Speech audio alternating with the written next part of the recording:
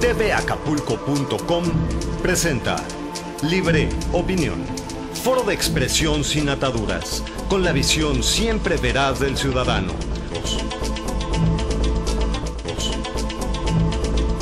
¿Cómo le va? Muy buenas tardes, soy José de la Cruz Mayagoitia y le doy la más cordial bienvenida a Libre Opinión. La tarde de hoy, nuestro invitado es Ernesto Fernández Rodríguez, él es doctor en Derecho Constitucional. Ernesto, bienvenido, gracias por tu compañía. Doctor, saludos al auditorio. Hoy vamos a tocar un tema que con toda seguridad le va a interesar a muchas personas, porque vamos a hablar precisamente de algunos derechos conculcados a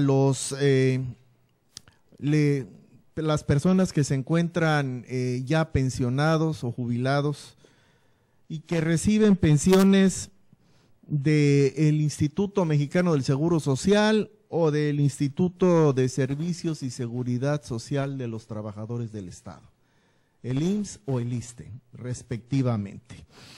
En el año de 2016, precisamente en diciembre, se publica una ley que se llama la Ley que rige la unidad de medida y actualización. Esta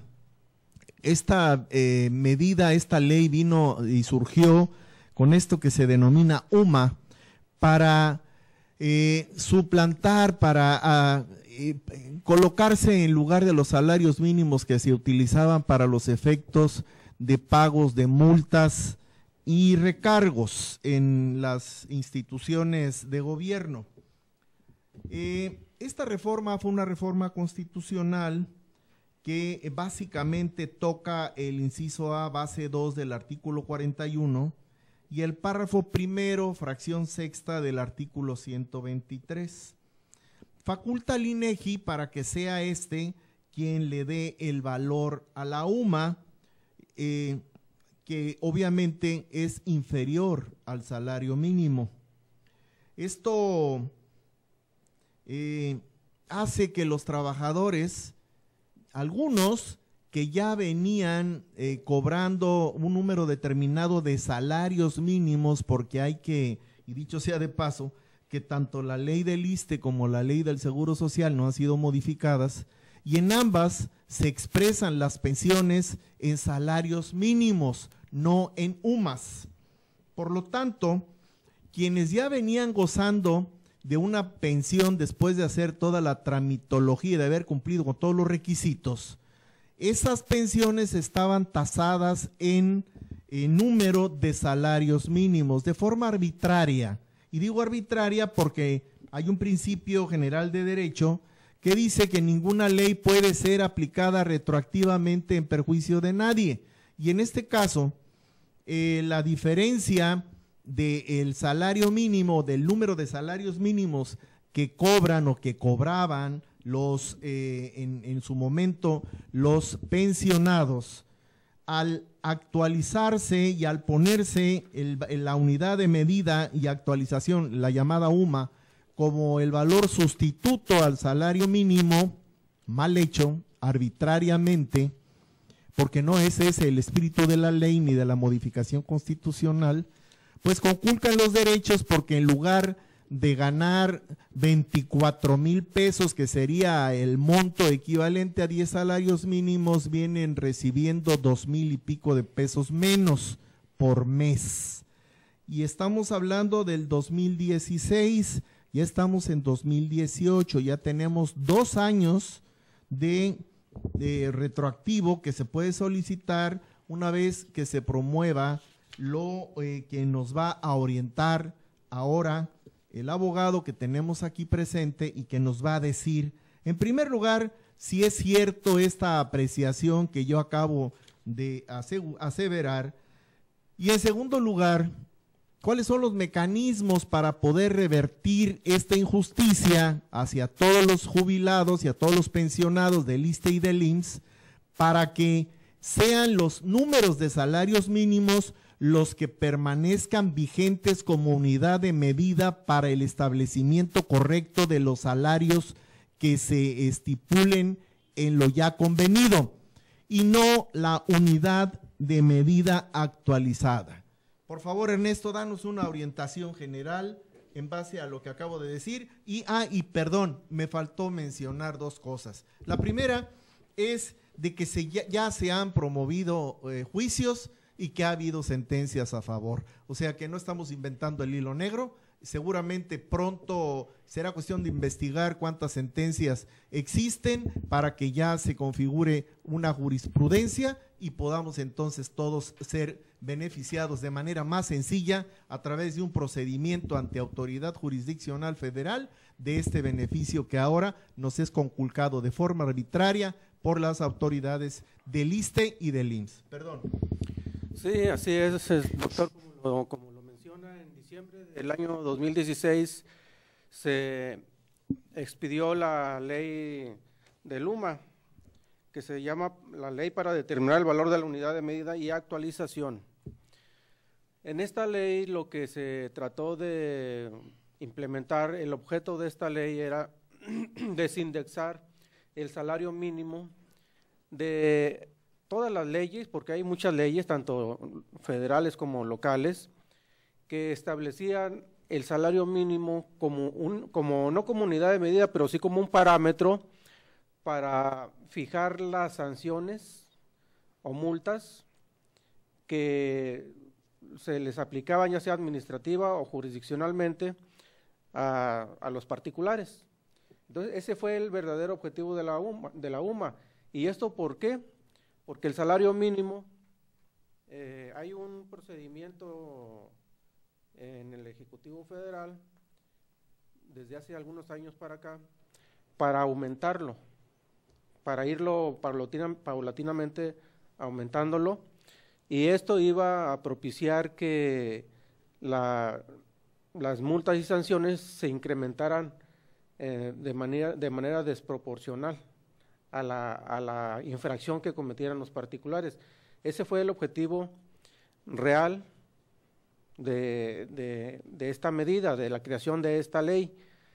Incluso así se establece expresamente por los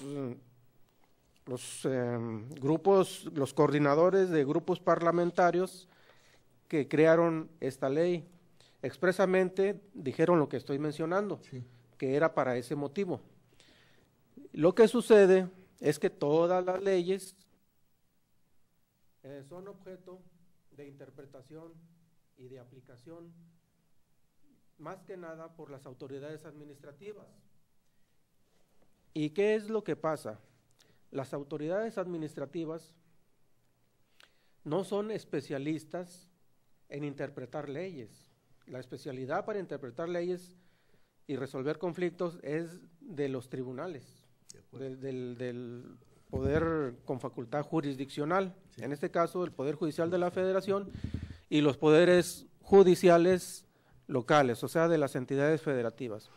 ¿Qué es lo que pasa? Las autoridades administrativas constitucionalmente no pueden hacer más allá de lo que la ley les permite. Ese es un candado o un parámetro que tienen para fijar sus actos y emitir sus resoluciones, sus acuerdos, circulares, decretos. Entonces, como no son especialistas en la interpretación de leyes, no buscan el verdadero objeto de la norma, sino lo que hacen es leer los preceptos y aplicarlos. Entonces lo entienden, la mayoría de las veces lo entienden de manera literal y lo aplican de manera literal. Y otras veces hay muchas normas, demasiadas, que no se logra desentrañar su verdadero sentido de manera literal. Entonces, eso fue lo que ha estado sucediendo, es lo que ha estado sucediendo. Uh-huh. Vieron la norma, dijeron, bueno, como usted también lo mencionó ahorita, el UMA fue creado para sustituir al salario mínimo, pero nada más para efectos. Pero exactamente, uh-huh, muchos lo entendimos así, yo mismo lo entendí así cuando crearon la ley. Como no se me había dado la oportunidad de indagar y de verificar de qué se trataba, vi las noticias, yo mismo pensé que el salario mínimo iba a desaparecer y la UMA iba a sustituir al salario mínimo. Uh-huh. Y así lo hicieron la gran mayoría de los actores de facto. Uh-huh. Y empezaron a aplicarla incluso de manera retroactiva, que efectivamente está prohibido por el artículo 14 constitucional, primer párrafo del artículo constitucional, 14 constitucional, establece que ninguna ley podrá tener efectos retroactivos en perjuicio de persona alguna. Así es. Entonces, empezaron a ajustar, en este caso pensiones y otras prestaciones de naturaleza social, Sí. en perjuicio de trabajadores y todos los que están involucrados en el derecho social. Nosotros, aquí en México hay un sistema de protección para grupos vulnerables, que vienen siendo los trabajadores, las personas de problemas, conflictos de familia. También la familia está considerada como una protección social. El derecho protege a la familia, a los menores, a los incapaces, incluso núcleos agrarios también están incluidos dentro del ámbito del derecho social. Y eso fue lo que empezó a suceder. Entonces, las personas que alcanzaron a darse cuenta que estaban siendo perjudicadas, no por la norma. No. Hay normas que sí a veces son contrarias a la Constitución y hay que impugnarlas, sino que se dieron cuenta que los estaban afectando nada más en la interpretación y aplicación de las normas. Y efectivamente empezaron a interponer algunos medios de defensa, como a través de la vía jurisdiccional, vía judicial, y empezaron a obtener resoluciones favorables porque el órgano jurisdiccional tiene facultad, y además es su labor, de investigar el verdadero objeto de la norma. Una vez que fueron a la exposición de motivos y se dieron cuenta que la forma en que la estaban aplicando era incorrecta, empezaron a darle la razón, el derecho y la justicia a favor de las personas que se fueron a quejar a través de estos medios de defensa, y el efecto fue que les reintegraran lo que les estaban afectando. Lo que les habían descontado y que les empezaran a pagar como debieron de haberle seguido pagando en base al número de salarios mínimos que estaban devengando, ¿es correcto? Efectivamente, Okay. ahí sí, con efectos retroactivos, desde el momento en que les empezaron a aplicar la norma y hasta la fecha en que corrigieran lo que estaban haciendo. Sí, hasta donde yo entiendo, la reforma está, incluso se explica que está para vincular la UMA exclusivamente a multas. O sea, hay una parte hay un párrafo ahí en donde el mismo legislador lo manifiesta. Realmente es muy difícil que haya una mala interpretación de la ley, pero bueno, se entiende porque, bueno, no todo mundo tiene la acuciosidad de leer hasta la letra pequeña en primer lugar y tampoco tiene la misma capacidad de poder interpretar. Qué bueno que tenemos los ciudadanos una autoridad jurisdiccional a donde poder ir a reclamar nuestros derechos, y qué bueno que la autoridad sí tenga la capacidad para poder entender y para poder darse cuenta de la injusticia y darnos la razón. Así es. Lo ideal sería que la autoridad administrativa, o sea, todas las autoridades administrativas, que son la gran mayoría, es demasiados órganos administrativos municipales, estatales y federales, lo ideal sería que supieran o que rectificaran. Por sí mismos, que por sí mismos pudieran interpretar las normas y aplicarlas correctamente. Sí. Qué bueno, pero es una situación, no la mayoría de las veces, pero muchas veces compleja, y ellos, como pueden ser sancionados si cometen actos fuera de lo que establece la ley, entonces leen la norma y la entienden a su manera y empiezan a aplicarla. Y muchas veces no como debiera ser. Por ejemplo, la ley no es muy clara, a decir la verdad. En defensa de las autoridades administrativas se puede decir que la ley no es muy clara. Para poderla entender con la máxima precisión hay que ir a la exposición de motivos. Ya. Y muchas veces ni en la exposición de motivos se aclaran las cosas. Entonces ahí vienen otro tipo de interpretaciones teleológicas, históricas, y de otra naturaleza que ya no es simplemente gramatical ni textual, para poder desentrañar el verdadero sentido de la norma. Así es. Y ahora, nos gustaría saber, para quienes nos están escuchando, ¿cuáles son los mecanismos a los que pueden recurrir si están en estos supuestos que hemos mencionado? ¿Tienen que presentar un juicio de amparo? ¿Qué es lo que tienen que promover ante la autoridad jurisdiccional? ¿Se pueden hacer valer? Porque la gran mayoría, pues, son personas que no tienen recursos para pagar un abogado. Entonces, pueden acudir a la defensoría de oficio que hay con el Consejo de la Judicatura, en el Poder Judicial Federal, o de qué manera pueden ellos resolver esta injusticia. Sí, muchas veces, y esto es ahí sí es la gran mayoría de las veces, la autoridad administrativa, una vez que interpreta la norma de una manera y la empieza a aplicar por sí misma, aunque uno vaya y le explique y le diga, me la estás aplicando mal, estás entendiendo mal la norma y regrésame lo que me estás afectando, no lo hacen. No lo hacen. Y siguen aplicándola como ellos ya recibieron la instrucción que lo hicieran. Es muy difícil. Entonces sí existe, o sea, la necesidad de que los particulares afectados recurran a diversos medios de defensa que están establecidos en las normas, en la Constitución y en las leyes federales locales. En este caso pueden ir al Tribunal Federal de Justicia Administrativa, que hay varias salas regionales en todo el país, y ahí lo pueden hacer la reclamación correspondiente, o bien ir directamente a solicitar a través del juicio de amparo de la restitución de sus garantías y sus derechos vulnerados. Nada más que el amparo sí es un poco más técnico. Ahí si no reúnen ciertos requisitos de la demanda, se la pueden desechar, Sí. O si se la llegan a admitir, después pueden llegársela a sobreseer. Ahí sí se requiere un poquito más de conocimiento técnico en el juicio de amparo. Okay. A lo largo de la historia, el juicio de amparo se ha tratado por los especialistas en esta materia de hacerlo más accesible. Claro. No es porque el legislador lo quiera hacer de manera entrampada o compleja. Lo que pasa es que es el máximo medio de defensa que tenemos, un medio de defensa extraordinario que tenemos para, en la última instancia, que se resuelva la legalidad, constitucionalidad y ahora convencionalidad de los actos de las autoridades. Por eso, y como regula todas las materias del derecho que existen, todas las materias, entonces sí, es algo complejo en una sola ley, que es la ley de amparo,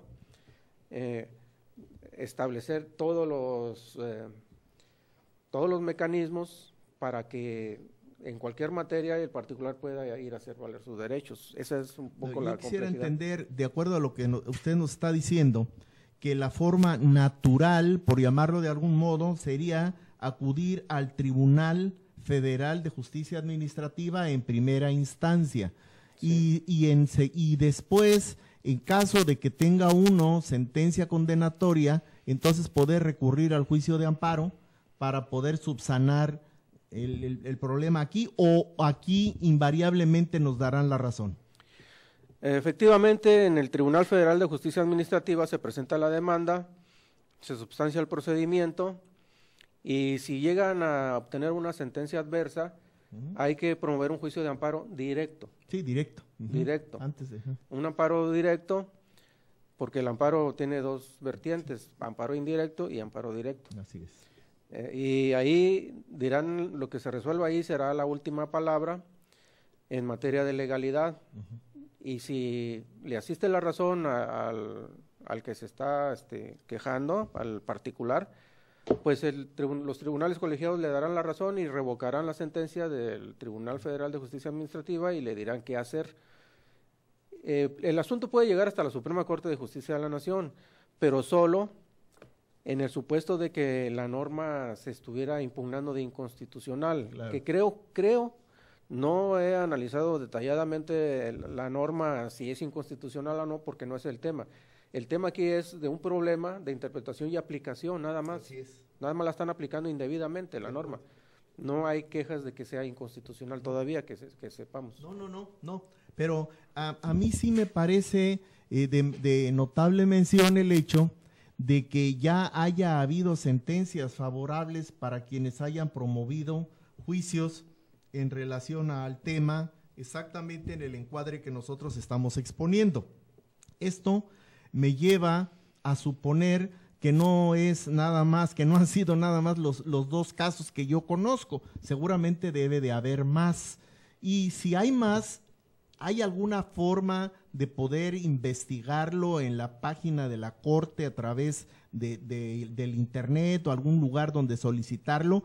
Porque ya habiendo jurisprudencia, entonces el trámite se facilita mucho. Sí, desgraciadamente sí, se hizo la indagatoria y no hay muchos asuntos, hay pocos. Okay. Incluso sobre el tema de la ley de la UMA, Sí. no encontré gran cosa, hay poco.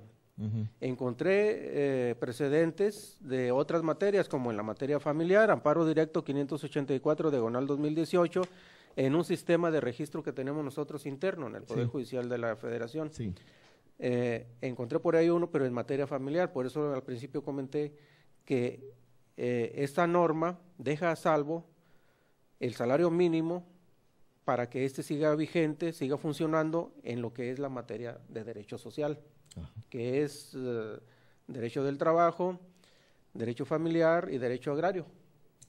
Sí, ahí mismo en la misma Constitución expresa en uno de los artículos, que creo que es el párrafo primero de la fracción sexta del artículo 123, qué es el salario mínimo, y habla precisamente de cómo se aplica. Por eso es la gran contradicción, ¿no? Porque por un lado dice que habrá salario mínimo y habrá salario profesional y da una descripción de las zonas y de los tipos de salarios, pero en ningún momento dice que el salario mínimo desaparece y será sustituido por la UMA en el mismo texto constitucional.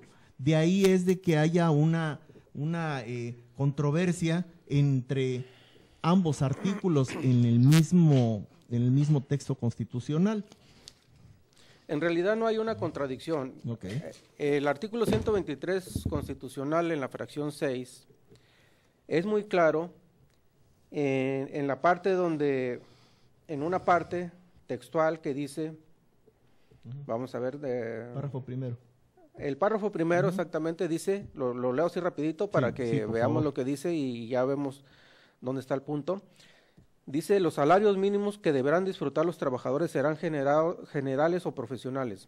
Los primeros regirán en las áreas geográficas que se determinen, los segundos se aplicarán en ramas determinadas de la actividad económica o en profesiones, oficios o trabajos especiales. El salario mínimo, y aquí viene lo importante, el salario mínimo no podrá ser utilizado como índice, unidad, base, medida o referencia para fines ajenos a su naturaleza. La naturaleza del salario mínimo es de derecho social. Así es. Ahora, el legislador que creó la ley de Luma fue cuidadoso en no contravenir esa disposición constitucional, porque en uno de los párrafos de la exposición de motivos textualmente dice lo siguiente: conforme al decreto, la UMA se convierte en la unidad de cuenta que se utilizará como índice, base, medida o referencia para determinar la cuantía del pago de las obligaciones y supuestos previstos en las leyes federales, de las entidades federativas y de la Ciudad de México, así como en las disposiciones jurídicas que emanen de dichas leyes. Aquí es donde, a pesar de que lo dice textualmente, en la exposición de motivos, para qué se está creando la UMA, no dice expresamente a qué se refiere, que sirve para determinar la cuantía del pago de las obligaciones y supuestos previstos en la ley. O sea, no dice a qué se refiere el pago de obligaciones. El pago de obligaciones debemos entenderlo como el pago de las sanciones, de las multas que normalmente llegan a imponer diversas autoridades, tanto administrativas, a los particulares que incurren en alguna infracción, les imponen sanciones y están obligados a pagarlas. Y antes todas esas leyes, incluso hay muchas leyes que todavía se regulan y dicen no las han reformado, no las han actualizado. Hay muchas leyes que dicen que esas sanciones o multas se pagarán en 20, 30, 40, 100, 200 salarios mínimos. Así es. Y eso fue lo que trató de desindexar la ley, que ya no se refiera para pagar este tipo de obligaciones, que ya no se refiera al salario mínimo. Lo interesante del asunto aquí es de que lo que usted perfectamente aclara es que son los particulares los que están obligados a pagar esas multas, recargos, infracciones, etcétera. Pero cuando es el gobierno el que tiene que pagarle al particular un derecho adquirido por trabajo, o sea, ahí no aplica porque no es multa, no es un castigo, es un derecho social el que usted mismo ha hecho mención. Por lo tanto, pues, no debe de aplicarse la UMA, y si se aplica de forma arbitraria. Definitivamente así es. La UMA no fue creada para ese fin. El salario mínimo lo dejaron a salvo. Así es. Y dijeron textualmente, acá más abajo, sí, en la misma exposición de motivos, en la parte que interesa, dice, lo anterior, después de que aclara para qué es la UMA, dice, lo anterior no significa que el salario mínimo no pueda seguir siendo empleado como índice, unidad, base, medida o referencia para fines propios de su naturaleza. Que es lo que acabamos de mencionar. Que es la naturaleza del derecho social. Así es. Ahora bien, y suponiendo sin conceder que tuviesen razón en la aplicación de la UMA, que ya sabemos que no la tienen porque tenemos las sentencias de las que yo he hecho mención. Pero suponiendo que así fuera, el 14 constitucional protege de la no aplicación en perjuicio de persona alguna. Entonces, los pensionados y jubilados que tenían ya su pensión, que la venían cobrando, aún antes de la publicación de la ley del UMA, o sea, antes de diciembre de 2016, no debieron de verse afectados por esta ley, aún suponiendo que sí pudiese haber afectado a los nuevos pensionados, que tampoco es el caso, pero suponiendo sin conceder que así fuera. Y sin embargo, muchos jubilados que ya estaban cobrando su pensión previa a 2016, pensionados del ISSSTE y del IMSS, pues de pronto vieron modificado su cheque porque empezaron a aplicar el UMA. Entonces ahí hay una doble arbitrariedad, o sea, no supieron entender, no supieron interpretar y además, con mala fe, violaron el 14 constitucional. Definitivamente, aún suponiendo que la UMA se hubiera creado para sustituir el salario mínimo, que no fue así, esta no tendría por qué afectar los derechos ya que tenían adquiridos anteriormente. Claro. En todo caso, deberían aplicarla del momento en que entró en vigor hacia el futuro, no hacia el pasado, no ajustar las pensiones que ya venían otorgando con anterioridad. Eso no debió de haberse movido. Y que no es el caso, pues, que la UMA vino a sustituir la aplicación del salario mínimo. Pero lo que sí es el caso es de que los jubilados y pensionados del ISSSTE y del Seguro Social no solamente van a poder reclamar en el documento que presenten ante el Tribunal Federal de Justicia Administrativa el que les paguen lo que les tienen que pagar de acuerdo a derechos, léase los 10, los 7, los 6 salarios mínimos que hayan obtenido en base a su pensión jubilatoria ya obtenida, sino que también van a poder solicitar el pago retroactivo de todo lo que les descontaron de 2016 a la fecha, porque todos esos descuentos fueron arbitrarios también. Definitivamente, no nada más es el Tribunal Federal de Justicia Administrativa, también pueden recurrir a las juntas federales de conciliación y arbitraje, o al Tribunal Federal de Conciliación y Arbitraje, dependiendo de la naturaleza de la afectación, porque la afectación no se dio nada más en materia de pensiones, también en materia de otorgamiento de créditos hipotecarios y todo eso, hicieron un ajuste parejo, agarraron parejo, no tanto del IMSS como del ISSSTE. Sí, aplica para créditos que estaban anteriormente indexados al salario mínimo y tenía el trabajador derecho a obtener un crédito hipotecario por un número determinado de salarios mínimos, ahora es por un número determinado de UMAS. Y obviamente si comparamos los valores, pues sí es significativamente perjudicial para el trabajador.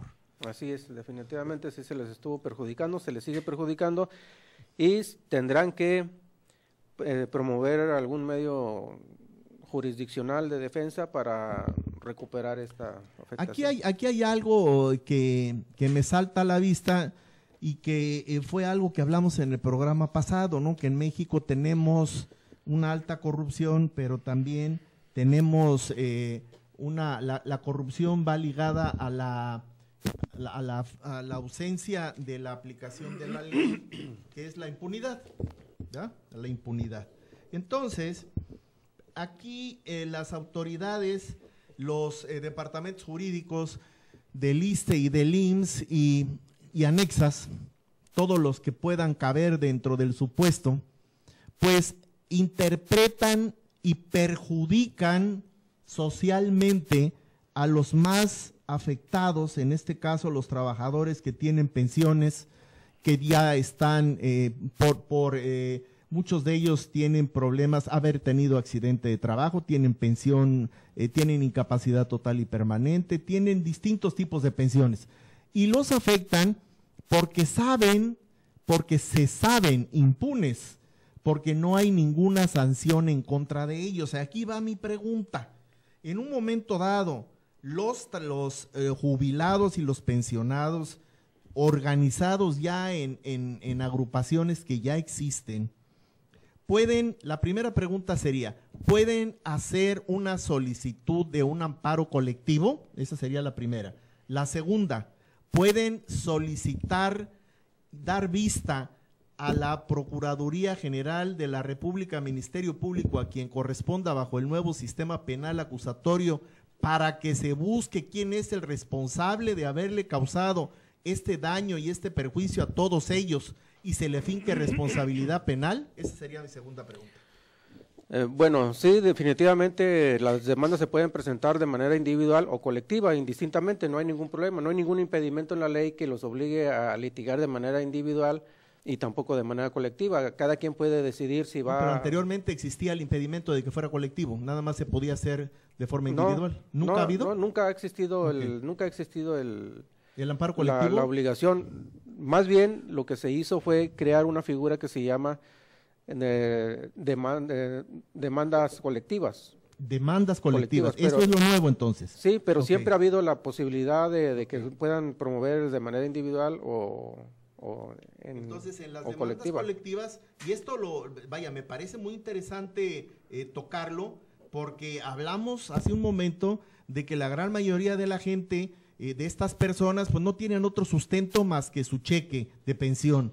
Y si todavía este cheque de pensión que ha sido recortado, que les llega ya menos dinero, todavía van a tener que gastar en pagar un abogado, pues no les va a quedar nada.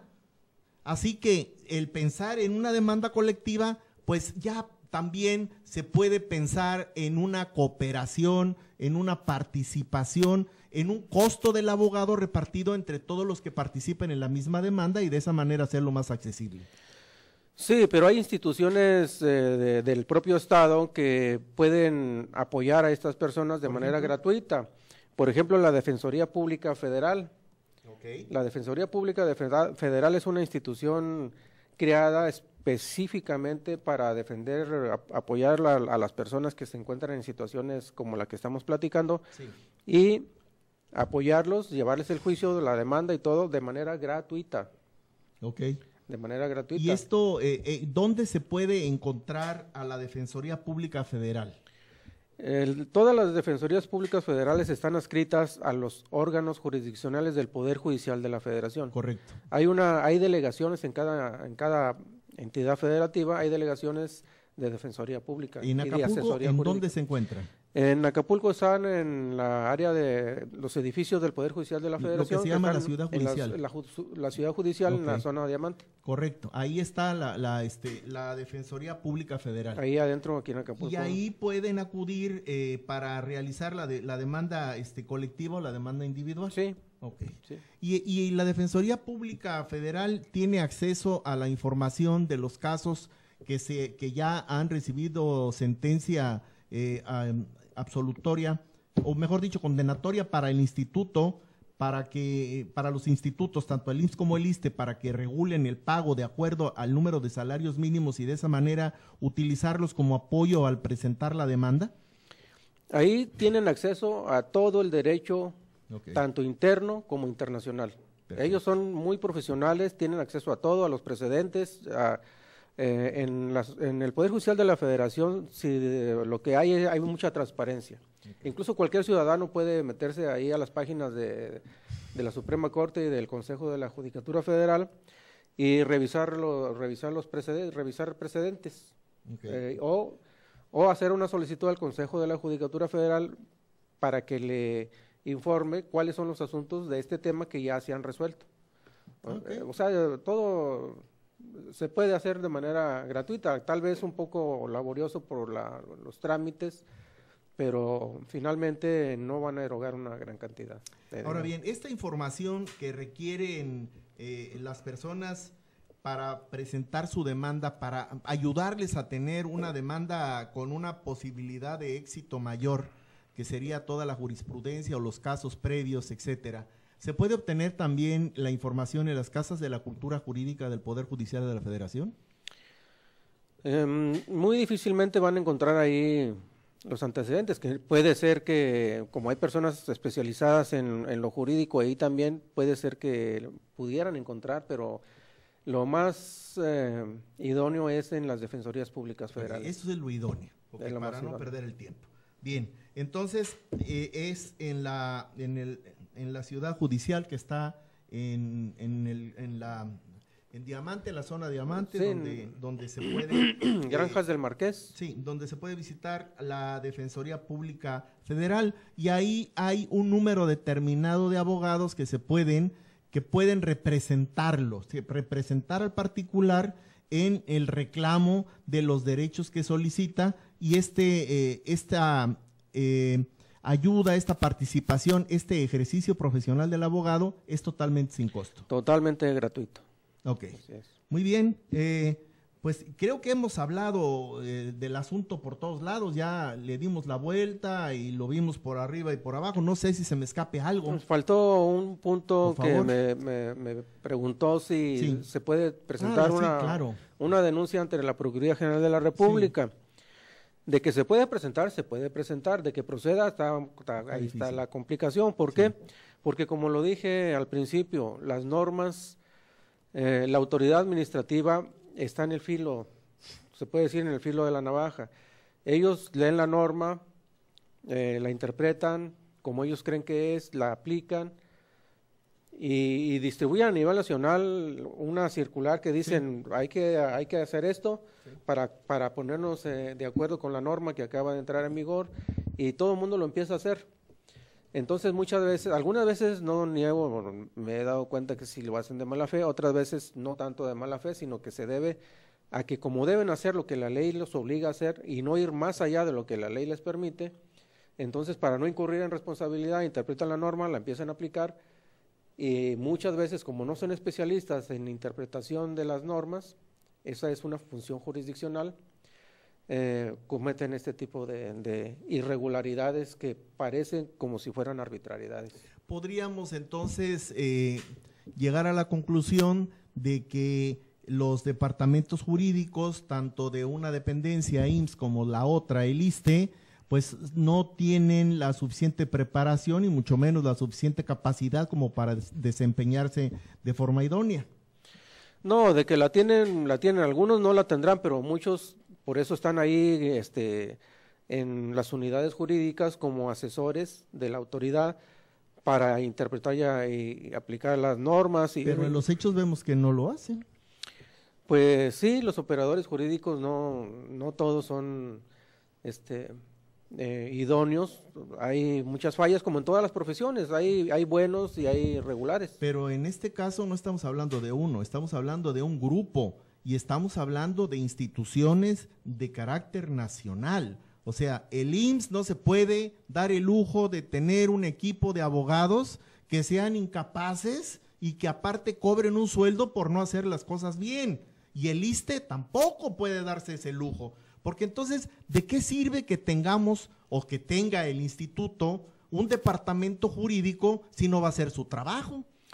Bueno, ahí podemos ya entrar a un tema de corrupción. Ah, ok. O sea, a veces se contratan personas no idóneas por recomendaciones y por otro tipo de actos, y entonces ahí es donde los operadores jurídicos empiezan a fallar y ya dejan el trabajo para que los abogados corrijan, los abogados litigantes. Sí, en un momento dado hacen hasta donde su incompetencia les permite y dejan que pues sea la corte, los magistrados, los jueces de distritos quienes resuelvan, y eso, y hay que decirlo con énfasis, eso hace que los tribunales estén siempre sobrecargados de trabajo.